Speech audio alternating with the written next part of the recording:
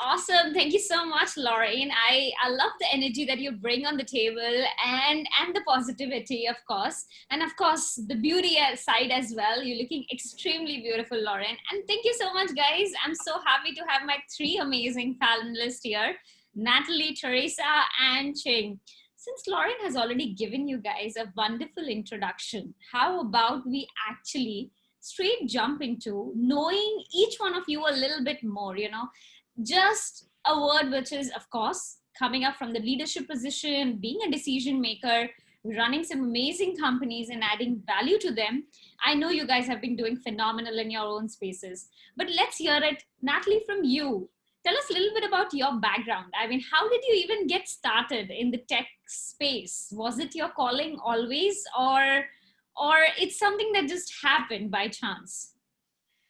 Hi, thank you, Kush. First of all, I would like to thank you, Exabytes, for this opportunity. So it's been a pleasure and honor to be here today. If let's say I would like to, share it about how I get into the tech industry, it would take about 3-4 hours. Do you have that time? Oh, no, right? Okay, I'm just kidding. I'm just kidding. Okay, Maybe so the lunch. okay, so basically, I wouldn't say this is calling because my background, which is non-IT related at all. So I started my first job after I dropped out from my college. So that's first company is IT company. So obviously that is the reason that I'm in the tech industry. So I starting, I start my job like an admin clerk in a IT company. It's a very small company in Ipoh. So I starting from admin, and then my boss promoted me to be a sales, and after that, I'm a top sales, and I promoted to be managers. And after there's the some of the my life journey. So I went to New York for my my Avengers experience. When I returned back to Malaysia, so I decided, okay, I want to do something. I want to have a spectacular life for myself, and I would start my entrepreneurship. I want to start my business. And the first thing I need to do is I have to go to the bigger city. So that's why I, myself pack everything. So it's just, drove the way to KL and start my business and register the company. So that is how I get into the IT business. It's no particular reason because my background that I worked in the IT company for past 8-9 years. So that is something I'm familiar with. So no Awesome. point that reached to the point I start another business. No, no, That's I the think it's reason. interesting, sometimes, your education leads you to where you want to be and also makes you realize that what you're passionate about, because it's not very easy for some to get to what they want to do so early in life. I think I have to kudos to you to be able to realize that and finally grow along that line. But with this, Natalie, I have to say a quick hi to all our viewers here. I can see amazing 230 plus people who are watching us right now. And to all of them, hey guys, here are some power pack women, and you don't want to miss out any opportunity of throwing some amazing questions to them. We're going to stick around for a little bit. All the apologies for barging in your lunchtime if you guys are super hungry like Lauren. Just keep eating and keep watching. I think I have got the best thing for you in that case, because we are in a virtual webinar at the end of the day, guys. But at the same time, as we got Natalie's insights and background, I am really keen to know about Ching and how did she get into Piktochart to start something like this, or even to plan something like this and getting in the tech space. Ching, what do you have to say about that? Yeah, I think my story was pretty similar to Natalie's. So I also started out, my background's actually in psychology. My first job was in marketing and marketing of media, advertising actually. Then what happened was I also suffered a really embarrassing and sad, burnout experience from my first job. And I came back to Penang in order to heal, go through surgeries. And that was a really tough period of my life because I was so young and I was like, wow, my first job did this to me. I had to be in bed rest for like 3 months. And afterwards, I was trying to figure out what to do. So together with my husband, we're like, okay, let's just start a web design company. I mean, what's the harm? And while we were doing it, we understood, well, at least I understood more and more about informational design, I understood more that, you know, inbound marketing was going to be like quite important. And I realized that visuals were going to be super important as part of that. So today we all know it as like visual storytelling, but back then it kind of didn't fully really exist yet. So we accidentally found our way into tech. It wasn't something that, you know, I was like, oh, I've always wanted to be a tech entrepreneur. I know, being from a tech entrepreneur background, but your field is quite creative, you know, because it's all about visuals and it's all about driving stories. We had an amazing speaker sharing all the importance of the storytelling with the website. So I think you could relate so much with him as well. But Yeah. Ching, tell us something, that do you categorize yourself more towards tech or more towards creative? What's your take if you have to pick one? We're definitely in the creative space, but definitely empowered by tech as well. So I can't really make a pick between the two. It's like asking me, are you a woman or are you a mother? I'm like, I'm both. So I can choose one because I'm a woman. I'm not yet a mother, so I will be able to get that. But yes, indeed, it was a politically correct answer, and I'll give it to you for this time. But soon I'm going to bring back another complicated situation for you. Sure. But yes, thanks Ching for sharing that background. In many of our cases, we have actually grown from somewhere to some other place, and I think you're a wonderful example for that. Just with a simple, I think, fall back with a bad memory of a bad start, I would say. But I think that is an empowering thing for anybody to get started with something they are not comfortable with. I'm sure it happened with you too as well. Yeah. Right. Let's hear it from Theresia. She's tuning in from Indonesia. That's quite interesting because I'm based out of KL right now, and I think believe the same for Natalie and Ching. But Theresia, it's nice to have you with us. Please share your experience with Scrapinghub, and I also know something interesting about her. So COVID situations have got us to work from home, but in her case, she have been working from home for longer than we can imagine. Theresia, share it with all of us. Yes, hi Kush. Thanks. So yeah, I mean, I'm working for a fully remote company, and I've been doing so for the past 7 to 8 years. So yes, I mean, COVID is pretty, you know, it's business as usual, but not that much. But anyway, yeah, I guess, you know, a bit about my background, right?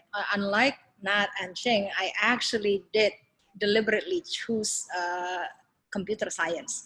So I studied computer science in Indonesia, and then the past 13 years I've been working mostly in the tech tech industry, in mostly Southeast Asia and European teams. And yeah, I mean, I currently lead a team of all men, half older, and half from Western culture. But yeah, I mean, so the motivation, I guess, why I chose computer science was I really know that I like to tinker, right? To take things apart and learn how they work and kind of build things. So it just hooks me up. So, I just like to, and I'm kind of glad I didn't read the news back then because of all the, horror story about women in tech, how bro culture and everything. Because maybe if I knew back then, I was aware of, I might have second thoughts, because out of all my interests, technology is one, and then psychology is another one, and kind of literature and everything is another one. But I just chose, okay, which one is the most practical one? The Asian, which one would make money out of the gate, right? So I just chose, okay, tech it is, right? So, but yeah, I mean, it has brought me to good places so far. So yeah. Theresia, you mentioned very well some amazing things. It's like being unaware about those horror stories, right? And when you say the word horror story, do you ever come across any story which you actually classify it as horror, and being not aware about it in the early days of when you started your career, it helped you? But when you came across those horror stories, what was your take from that? What was that story that kind of still stuck to you, if it is there? Honestly, maybe it's that oblivion that I kept with me, but I haven't actually personally experienced anything that's like, maybe I blocked it out, right? But you know, I haven't been traumatized by anything. I mean, maybe it's everybody that's I've worked with so far has been amazing, and you know, it's all about meritocracy. It's everybody's so respectful. So yeah, I haven't actually experienced any horror story. That's wonderful to hear. Let's hear it from Ching as well. Have you ever come across a position, Ching, where you felt for a second that you belong to a women community, or something that makes you feel a little out of place, or indeed you were blessed to have a quite normal work culture and environment?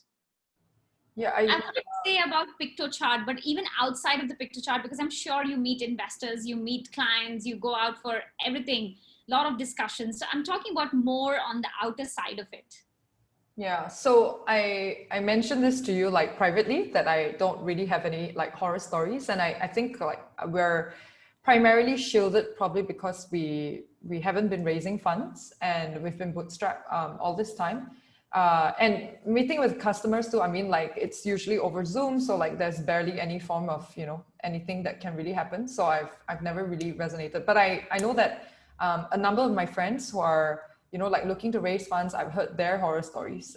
Usually it comes whenever there's an investor in place, you know, with them, let's say, staring on a woman's like pregnant belly, basically, and then asking questions like, are you sure, you know, you can really run the business? So the only time I've ever felt anything at all was when I had to come back from my maternity leave. So it was 2.5 months. So I took 2.5 months off, and I felt like I wasn't ready to come back to, you know, some extent, but I still, how do I put it? Like I felt like I needed to come back, you know? So maybe that was like the only, like one time I can think about, but it's not discrimination or anything. It's just that, you know, like one of the parts of trying to be a mom and also be an entrepreneur at the same time can be quite challenging.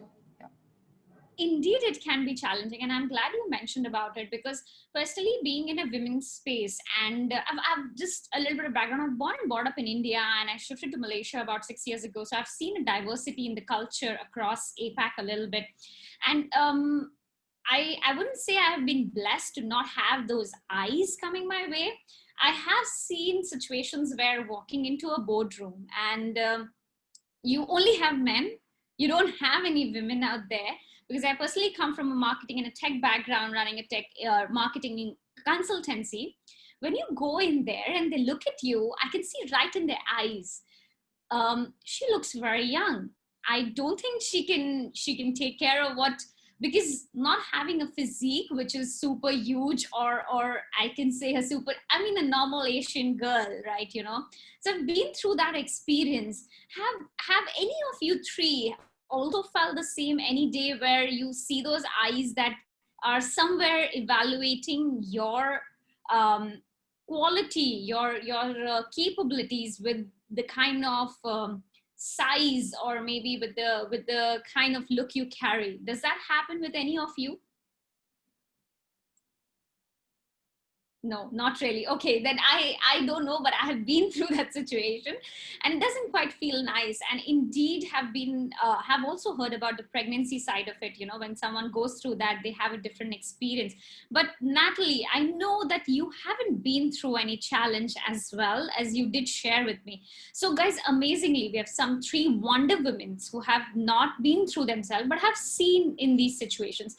And since they are here, I would love to get from them, what advice would you give to a woman who is experiencing some sort of a challenge, and how can she bridge that gap? Starting from Natalie. Natalie, what do you think? What advice would you have for them? I think, because for me, I've been through a lot of challenges.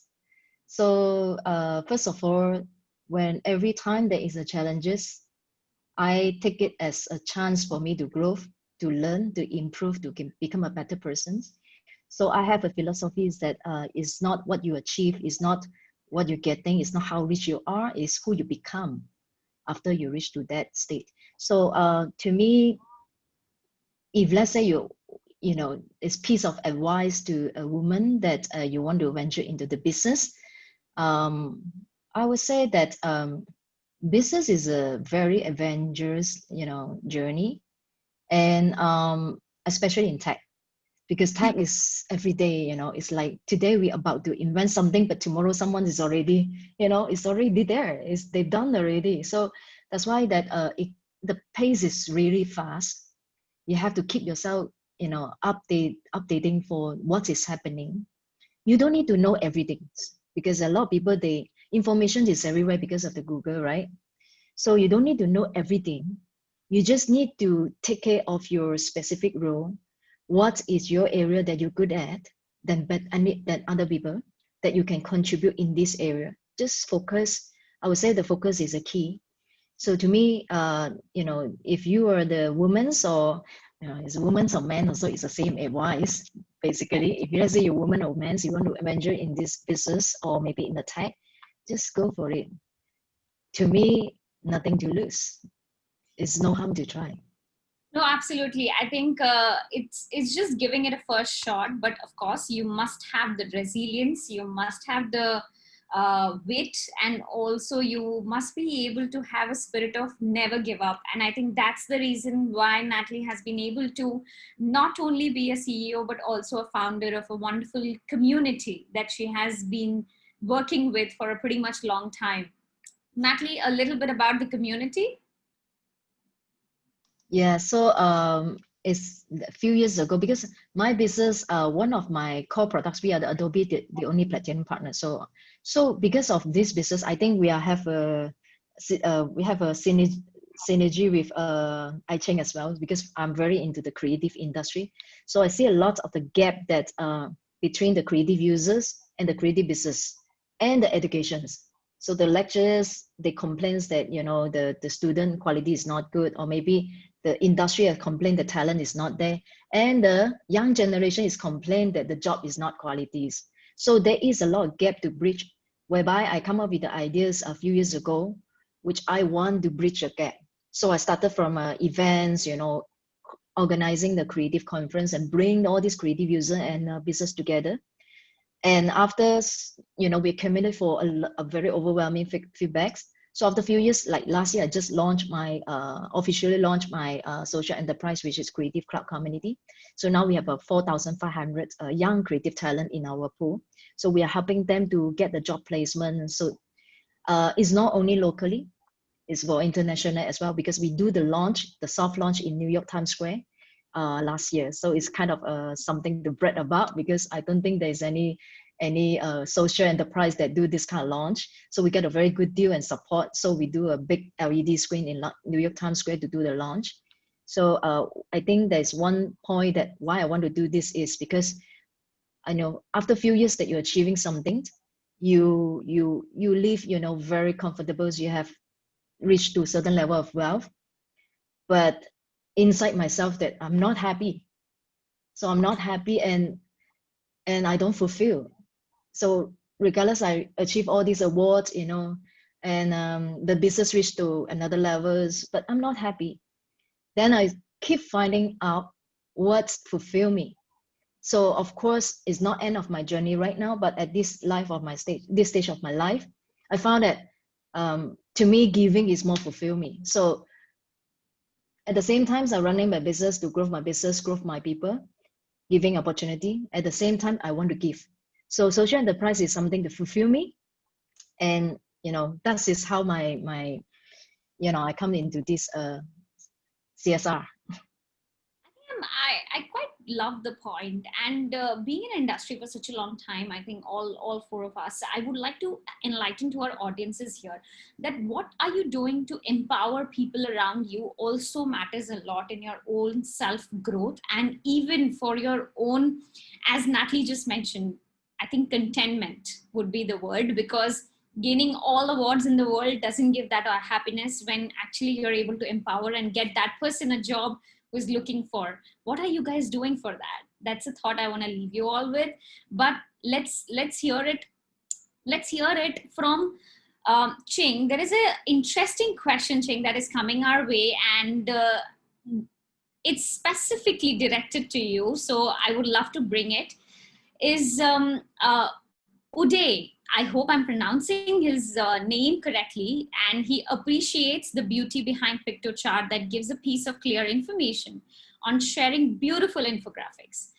He wants to know, I would like to ask that what clicked you to get this idea to come up with bringing this brand to us? I think he wants to understand your journey from website designing to actually coming to visual storytelling. Yeah, sure. So back then, as a web, design like consultancy firm, I had to constantly look for new clients. Sounds familiar, probably. Lots of us are in the same shoes, looking for like customers or clients. And one of the ways that we know today to be very, very effective is content generation, right? So you write blogs and then you go on social media, etc. Now, like, we have to go in the mindset that this was 9 years ago. So 9 years ago, like, if you remember, like Nafnang was just beginning to like become really popular and everything. But what I saw back then was this whole concept of inbound marketing by HubSpot. So HubSpot was in its infancy years as well then, and they coined this term called inbound marketing. So back then, from my environment, all I learned about was push advertising, right? So like, you would pay for ads. I mean, like, that's what Procter & Gamble did, and all of the different companies. Like, whenever you need to get more customers and clients, all you know how to do is just throw money at it. And I love this concept that it's like the future of marketing was actually a pull marketing. It wasn't a push one. So like, you don't pay to get ads out there. Instead, you come up with really interesting, good quality content that will get people to like automatically, like, they find you. You don't need to go and find them. All you need to make sure, of course, take care of your SEO, take care of your social media, your distribution, etc., and your presence in general. But the idea is like, how can you put like really good quality content out there? So that was like the birth of the idea of infographics, because we saw it as a way for people to like not just generate leads, but put out really interesting content for other people to be reading. And it's timeless as well. So like infographics kind of go on forever. So we started out with that, and then over time we realized that infographics was also quite limited as a format. You could choose so many things in order to like, a lot of people think of infographics this like really long one-page poster, but really infographics exist everywhere. They exist in your PowerPoints, they exist in your social media. I mean, they exist in videos, they exist everywhere. So the idea then, over time, we made it more into like, how can we help people with visual storytelling? Because that's not as easy as just coming up with the visuals itself. Absolutely. And it actually leads to a lot of organic engagement, which brings in a lot more brand value at the end of the day. So I'm glad you're in this space, helping a lot of agencies and consultancies like us to plan content. With this, of course, let's come to Theresia. I think, Theresia, there's an interesting question that's coming up, and I would love to ask you, and also to other panelists, please feel free to add in. Do you agree that without breakdown or crisis, there will not be a breakthrough in life? Now, I know Ching has gone through, in the previous employment years, she had been through a little bit, but Theresia, let's hear it from you. Of course, you come from Indonesia, and it'll be nice to know your opinion on this, if you have one, which is, do we need a breakthrough? Do we need a breakdown, sorry, for a breakthrough? Right. That's a very, very interesting question. And it kind of reminds me of this phrase that I just heard last week. I think it says that without friction, there's not going to be a spark, which I think is so like, wow, okay, yeah, that makes a lot of sense, right? So back to the question, do we need that or not? I don't think we need it, but it sure accelerates our breakthrough, right? Because I really believe that with constraints, it comes creativity. The more, if we are free to do anything, then we often would get paralyzed. So, by the time you're rock bottom, there's nowhere to go but out, right? So yeah, I sort of feel that's true. I personally have gone through a couple of breakdowns, as in the situations where I feel so, I need to get creative and find a solution for this, right? And I'm in hindsight, I was so grateful that I was in that situation, because if not, then I wouldn't have learned that lesson. So yeah, I mean, I First think of that's, this, I have to reflect here a little bit. Now, what happens is that when a person is going through a break, you know, the emotional energy, the mental energy, or the physical energy kinds of drains, right? And to be able to see that there will be a big breakthrough after that breakdown, you have a journey, you know, there is a journey between that. So do you have any advice for our people, especially for the ones who have asked this question? How do you even oneself out of that breakdown so that they can work towards a better tomorrow? I suppose the only way to go through any sort of situation is to know that nothing lasts. If it's good, then it's not going to be good forever. If it's bad, it's not going to be bad forever, right? And the only thing we can do is just take the next step. We wouldn't know what is ahead, but if we don't try, just like Nat said, we won't know, right? Because everything, we will never have a perfect picture of anything, right? We tend to overanalyze, analysis by paralysis and everything, and kind of not take any action, right? But maybe if you just take a step ahead, one step, then you'll get new data, and you'll be able to kind of, so yeah. No, absolutely. I completely agree with you. And I think I have to say to RY that every day has a night and every night has a day. I think that's what I've personally believed in.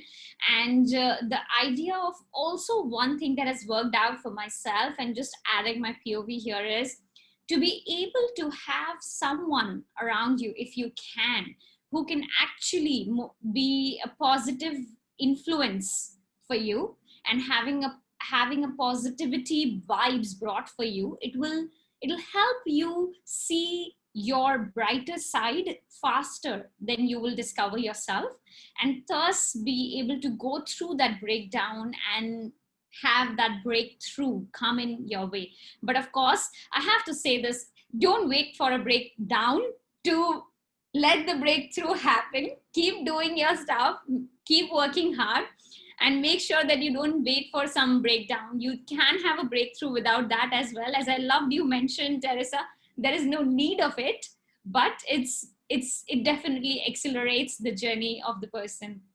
I hope, Reva, you got your answer. But with this, I have to ask something very interesting. So you guys have been a women in tech, or women in business, or women in the industry for quite a long time.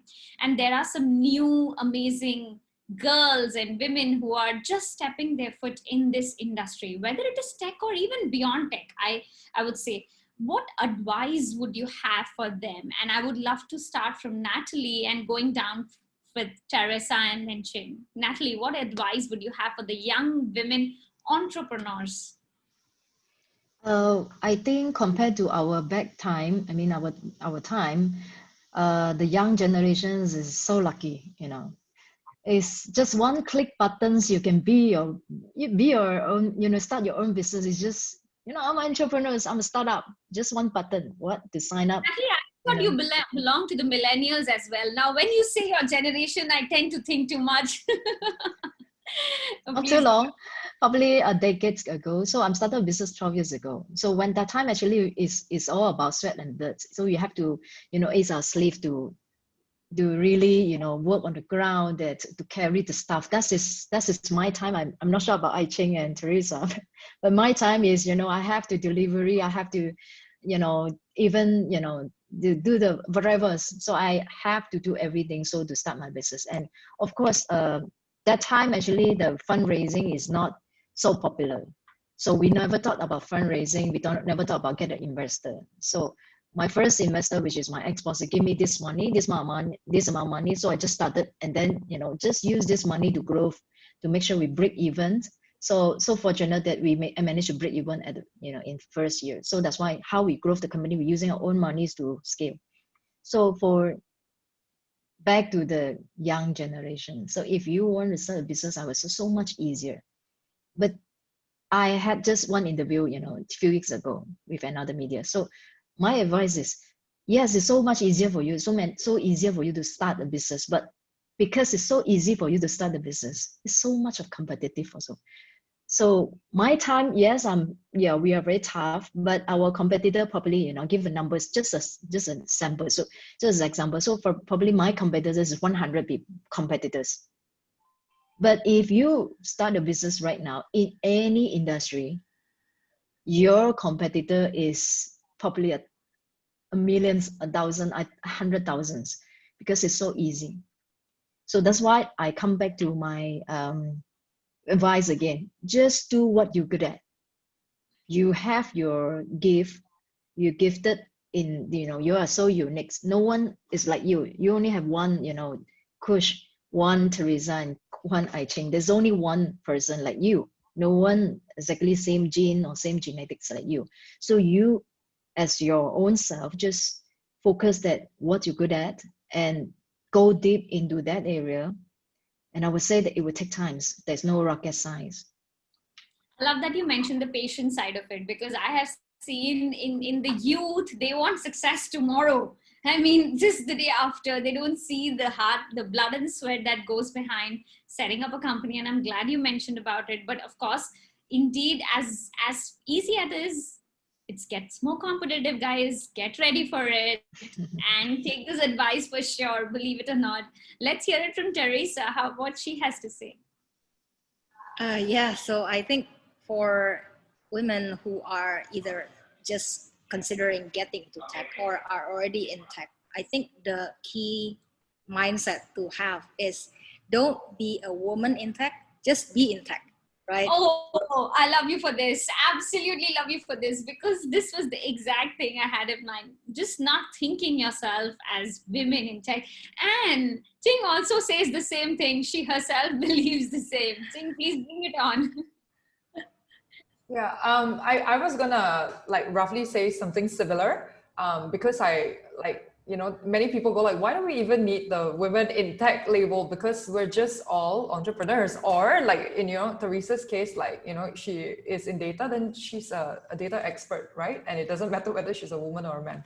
But the part that I was going to say to, and this one I'll make it like generic as well, like to like aspiring entrepreneurs and entrepreneurs, I have this philosophy in my life that I tend to work backwards.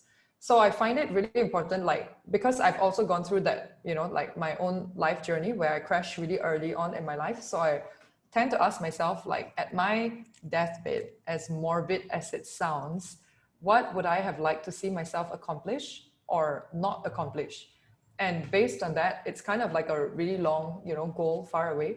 I include things like my own personal life. I include my family in it. I include work. I include spiritual aspects. I include everything. And then I kind of work backwards. And I think that as an entrepreneur, if you do not have a strong foundation, like you don't know why you're building this business for or what you want to get out of it, you can get sucked into many different directions because you don't have a goal and you don't have a focus as well. So actually that would be my number one thing. The second you know what that is, and it's not that difficult, just follow the method, right? Like think about, I don't know, your 60, 70, 80, whatever age you imagine that you'll be at, and then kind of be like, what would I be telling myself at that time? And what you regret not doing or what you regret doing, and then work backwards, and you will definitely have a sure, like where you want your business to be, how big you want it to be, and follow your path, stick to it. It doesn't matter if everyone else is like, no, you need, Ching, you need like $10 million in order to do this, or, oh, you need to, like be a $1 billion company or whatever. Just stick to your path. You know what you want, go get it. I think I love that thing as well, because Theresia, you got to say something? Yeah, sorry. I really I want to kind of go back to the point that Matt and Ai Ching kind of brought up, right? About owning your features, right? You don't actually need to be one of the guys to be in tech. You just be a woman. I mean, and being a woman is not a bug. It's your feature. Own your point of view, your unique perspective and everything, right? And the idea that you just don't Be yourself, right? I mean, be comfortable with who you are, right? Yeah, and then also about the society, right? The narrative in society about, okay, being a woman is this way and is that way. It's the social conditioning. If you can train ourselves to see what kind of invisible scripts are out there and kind of challenge them, that, you know, you're unstoppable basically. But yeah, that's all. I so damn agree to it. And I think I have to say that, you know, I have a philosophy in my life is when I plan on doing something and, you know, it needs a lot of thinking, you know, whether you should do it or you shouldn't do it. I would always think of one thing is looking at 5 years from now, if I stand at that point and I look back, would I regret on not taking that action or would I regret taking that action? And whatever gives me that feel of regret, it immediately gives me a realization that I don't want to live with regrets in life. I don't want to, at my 35 or at my that age, I don't want to look back and say that, oh my God, I mean, why didn't I do it at that point of time when I had an opportunity of doing it? So if that's a feeling I have, I will always take decisions helping to live with no regrets. And I love that point of yours where you mentioned that calculate backwards and try not to have regrets in your life. I think, guys, these are some amazing pointers, I think, which all three of these powerful women have shared with us today who have tuned in. I can't let them go without asking one more very interesting questions. We love them, but who do they love? One person in their life who has impacted them so much. So how about, guys, as we are winding up, this will be an interesting thing, and I'm not sure that how Exabyte is going to feel, but I would love to do it. Are you guys ready for a quick rapid fire? I will push your name and I'll push the question. Would you love to do it for the next 2-3 minutes? A quick rapid fire. I'm sure I'm not going to give any question. Oh, I love it. I got thumbs up. Natalie, are you up for it? Natalia. Okay, let's do it.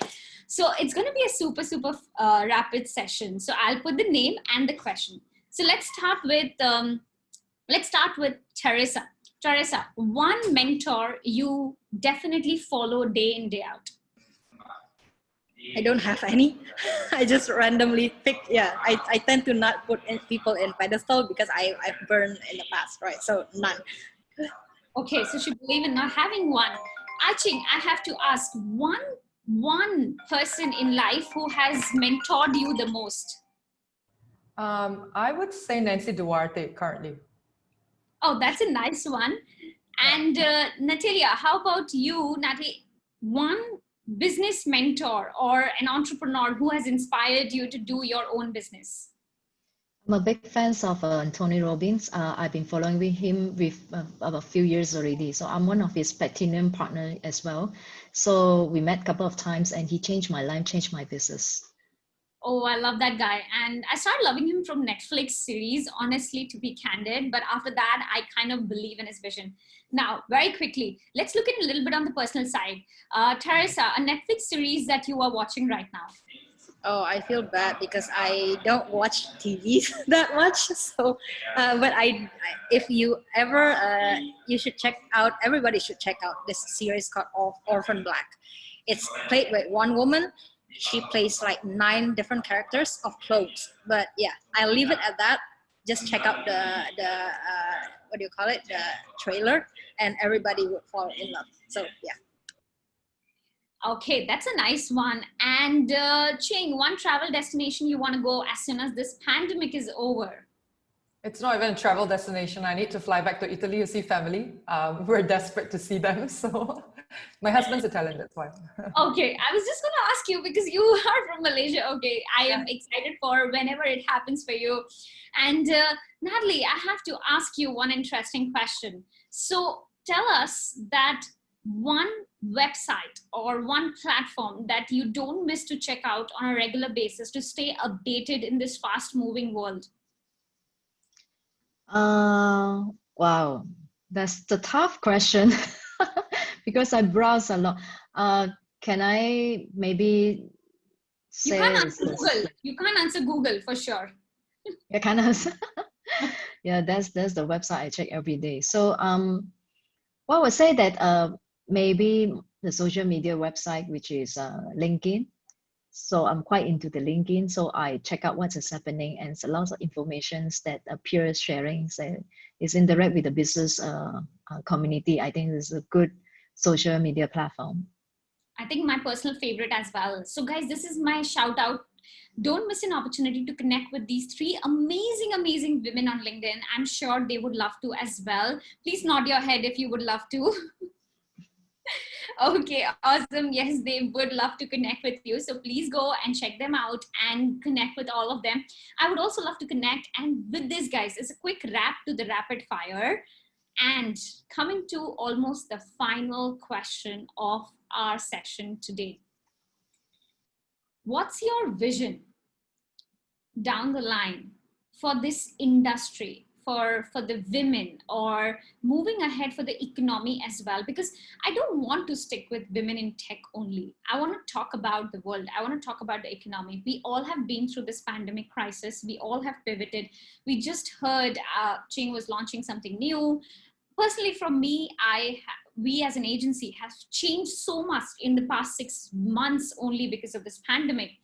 What about you guys? What's your vision and what's your one advice for all the people out here as moving down in 2021, specifically for everybody out there? Specifically, nothing for the women, but everybody. If you have something for women, please bring it on as well.